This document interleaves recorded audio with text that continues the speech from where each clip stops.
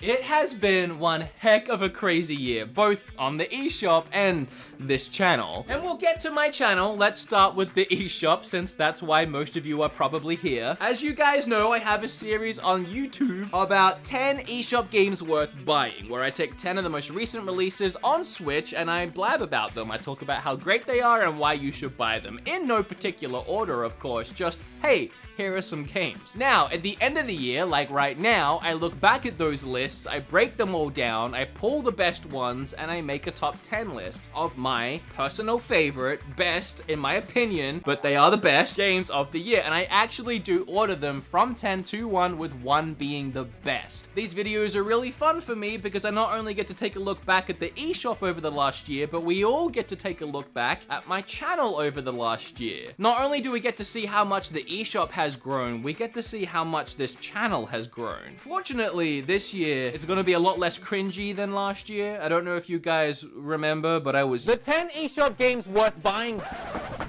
I don't know where the channel started. All I know is where we are now. And where we are now is about to hit 800,000 subscribers on the channel, which I still can't fathom. The channel passed 100 million total views across all my videos yesterday. We're hitting milestones, and it's all because of you guys. I don't know how this stupid little channel of some dumb Australian guy with long hair who foolishly named his channel after a genre of video game, and yet somehow we're here. And I can never say thank you enough, because I literally wouldn't be here at all in any way.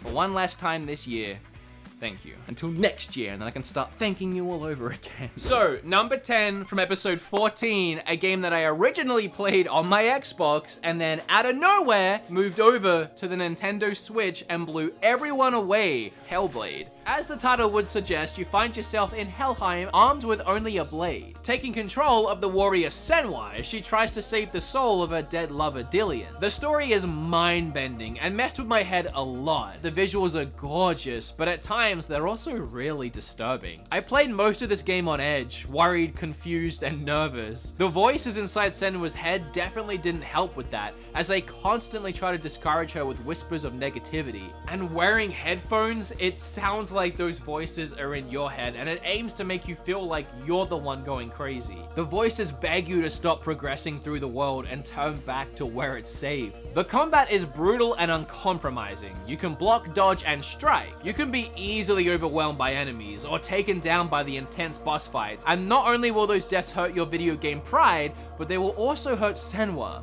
You see, this game is roughly an 8-hour single-player story-driven permadeath game. Every time you die, the rot works its way up Senwa's arm more and more. If you die too much, it'll reach her head, and then your game is done. For me, Hellblade is a piece of artwork come to life, with a brilliant story and rewarding combat. I am so happy that as of like 3 days ago, we know a sequel to this game is on the way. I highly doubt that game will manage to cram its way onto Switch, but I'm excited to play it on the new Xbox.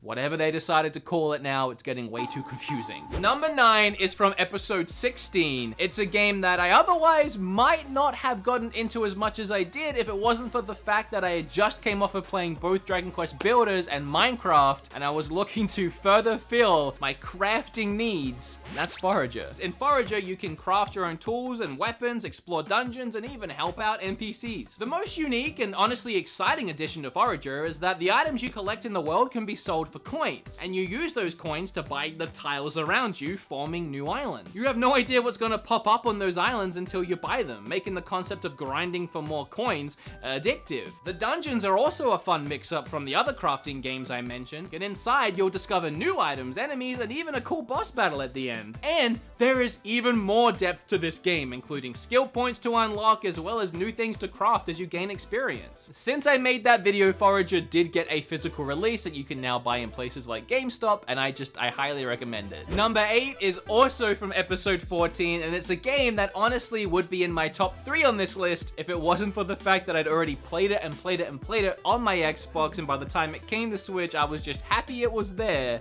And that's Cuphead. The old school cartoon visuals get me every time I play it. The fact that they hand drew all of this is unbelievable, and I appreciate it so much. The 3-hour-long soundtrack of jazzy barbershop big band songs is a perfect complement to those visuals, and the game is so bloody difficult that it almost ruins it for me.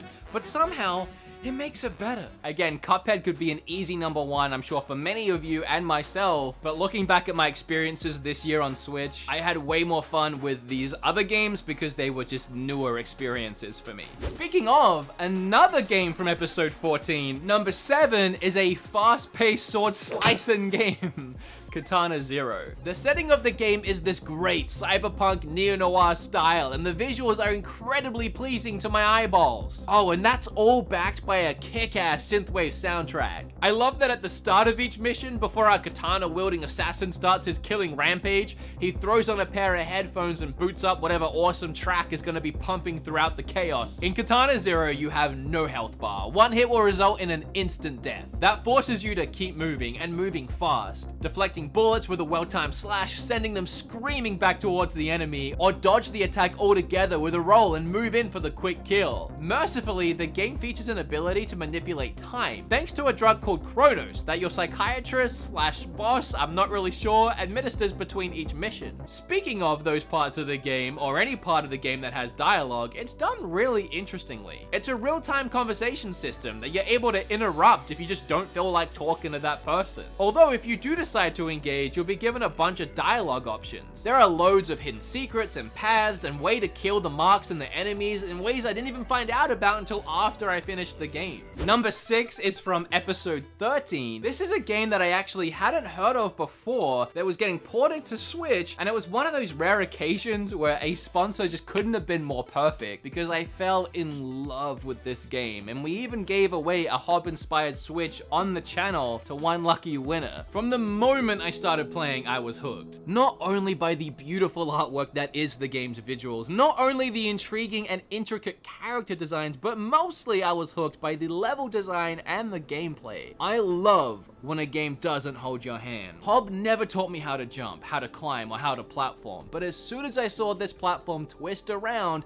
it was so clear what I needed to do. Also, side note, even that big punch he did to spin the platform around was a subtle clue, a hint as to later gameplay mechanics. And that holds true for every single gameplay element or puzzle you find or react with in the game, even the combat. After finding a sword and learning how to swing it, there wasn't much left to teach me that I couldn't discover on my own, developing my own skills as I played and even unlocking more from there. And with no written or spoken dialogue, it is still perfectly clear what the story is and what the conversations between the characters might mean. So the game is split between puzzle platforming and action combat, with the focus being more on the puzzle platforming side. And in this game, that really works, as the entire world is like one big puzzle for you to solve. Every part of the game feels fresh, every puzzle different to the last, but with everything you have learned from the previous puzzles playing a part in helping your thought process when it comes to solving the next one. Number 5 was from episode 15, and it's a game that as soon as I saw it in an indie direct or an indie direct, I can't remember which one I saw it in, I could not wait to play it because the Max Payne slow down shooting bullets like crazy while on a skateboard gameplay got me really excited, and it absolutely lived up to my own personal hype.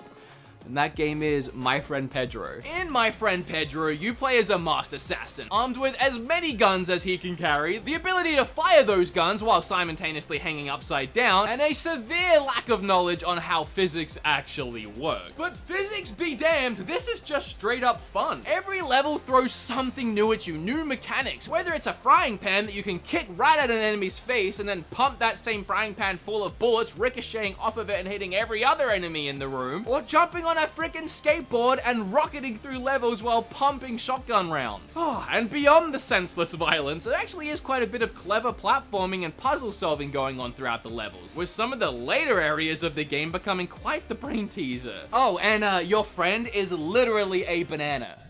Number 4 is from episode 12, and this is one of those way too short indie games that I buy it and I sit down and I get addicted and I play it in one sitting, and I just wish there was more, and that is Donut County. Donut County is a very satisfying and perfectly stupid game. It's stupid in all of the right ways, and it will in so many ways remind you of a little game called Katamari. The first way being the very charming and cartoonish art style, which I absolutely adore, and the second way being the hilarious dialogue and brilliantly written story. Every conversation these characters have with each other is exactly how I talk to my group of friends. And the third and most obvious way this game will remind you of Katamari is items and the gameplay. In Donut County, you start with a very small hole in the ground which you can control either using the touchpad or the analog stick, and you start by sucking in small pieces of trash or tiny animals, and every time you eat something with your hole,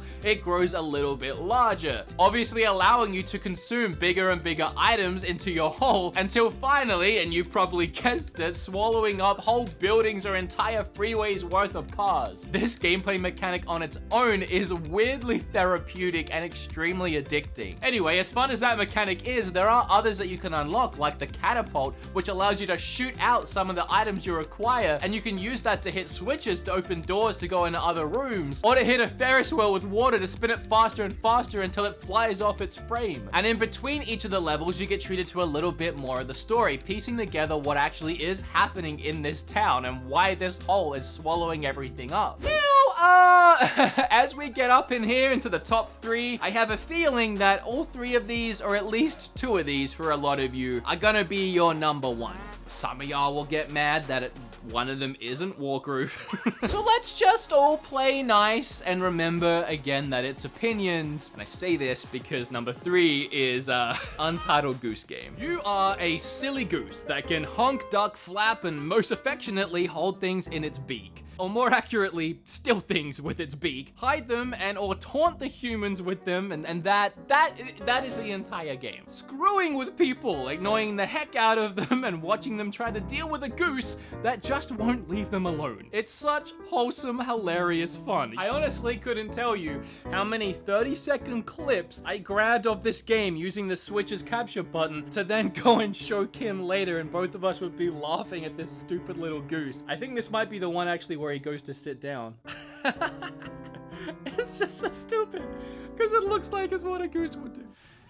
Alright buddy, come here, you can join me for the end of the year. He's developed a habit. He'll be sleeping downstairs. This is the only time he does it. He'll come running upstairs screaming because he wants to be held. Kim thinks it's because he wants to be a star on YouTube. Maybe that's the case. Number 2 is from episode, the very last one I did. I'll be honest, while playing this one, I thought for sure this one would be number 1. I have a bad case of when I'm playing a game I really love, it's the best game I've ever played, and then once I finish it and reflect on it for a week, I'm like, yeah. Regardless, Tourist is my number 2 spot. This game came out of nowhere for me. The Tourist is a Switch exclusive that boasts a beautifully perfect blocky art style mixed with realistic lighting and world elements. With a huge focus on exploration and puzzles, Tourist is breathtaking from the very first island to the last. The first island has a small shop, some huts, and a dungeon where you discover your path to find other dungeons on islands scattered across the world. As you travel to each new location, you'll find rainy forests, beach parties, and a shopping island with stores that allow you to buy music, more travel pamphlets for new islands, an art gallery where you take photos for the creator based on hints and clues he gives you for what he wants to put in his gallery. And this island even has a little arcade with working arcade machines. The world design, the music and audio design, lighting and art design, and gameplay design are all a perfect 10 for me across the board. I was completely lost in the world of Tourist during my stay. The dungeons were so unique with puzzles that finally had me stumped for a while. I don't think that leaves number 1 as any surprise. A lot of you already know that I am a huge Zelda fan, but honestly, that nostalgia, that love for Zelda doesn't really even play into it here. I mean, it does a tiny bit, but the game hit number 1 on its own merits. I already loved Crypt of the Necrodancer, and it was in my top 10 last year. So throwing in a Zelda theme and releasing what ended up being a much better game than the first, well, it just secured Cadence of Hyrule as my number 1 for the year. Like, I don't think Nintendo themselves could have done an any better job at taking the Zelda franchise and developing a game in that universe that you played to music. Other than that one mechanic, this game felt like a brand new Zelda game. That's something that I never knew I wanted, a roguelike Zelda game. In fact, you can even turn off the playing to music side of this game and play the game like a roguelike Zelda Link to the Past. So every time you take a step, every time you pick up an item, every time you attack an enemy, it all has to be on the beat. Every enemy has their own distinct attack pattern, and even when you have a ton of enemies on the screen that would otherwise be very overwhelming in any other game, you can really move around this board like you're reading the Matrix and kill everything without taking a hit of damage. I must have watched that trailer for Cadence of Hyrule like 10 times, showing it to my friends, showing it to Kim, and then just showing it to myself again and again. There was something so hype about the way that trailer builds up, and then when the Zelda music kicks in. Not to mention, I finished that game several times trying to speedrun it to see what the best time. I did it on stream in under 3 hours. I just had so much fun playing that one. Okay, now, before you go anywhere, we get to rank my videos from best to worst, or at least my top video and then my worst video of the year, in the sense of what video had the most games in this list and then which one had the least. So episode 14 had 3 of my top games, those games being Cuphead, Hellblade, and Katana Zero. Number 15 had 2 of my top games, but one was the number 1 spot. It had Cadence of Hyrule, and it also had My Friend Pedro. And then number 17 was the only list to not get a single game in my top 10 for the year, but Risk of Rain 2 did come really close. I hope it's doing really well because it honestly does deserve it. And it has a physical now as well since I made my video. Cadence of Hyrule needs to get a physical. Yeah, don't you agree, buddy? Don't you agree, buddy? Those are the best games of the year. I mean, okay, in my opinion, those are the games I had the most fun with this year. So please, leave your top 10 down below. I'd really love to know how different it was to mine. Again, I can't say thank you enough for everything you guys do for me and you did this year. I mean, I know I'm not always the most tolerable person in the world. You know, I take sponsors and a lot of people can't stand it when their favorite YouTuber takes a sponsor, but like my actual followers that enjoy what I do, they're just happy to see me doing my thing and grow on the platform. I guess what I'm trying to say is thanks for putting up with my shenanigans. Going into next year, I definitely want to mix things up and change things up a little bit. I mean, I know I want to completely change this behind me. I can't wait for January. So hopefully in the next video you see me in, things will be different. I hope you had a fantastic holiday season. I hope your Christmas was wonderful. I hope you got the Switch you were asking for. I just spat all over the camera. Enjoy that. What do you have to say, buddy? Anything? Nothing? See you next year.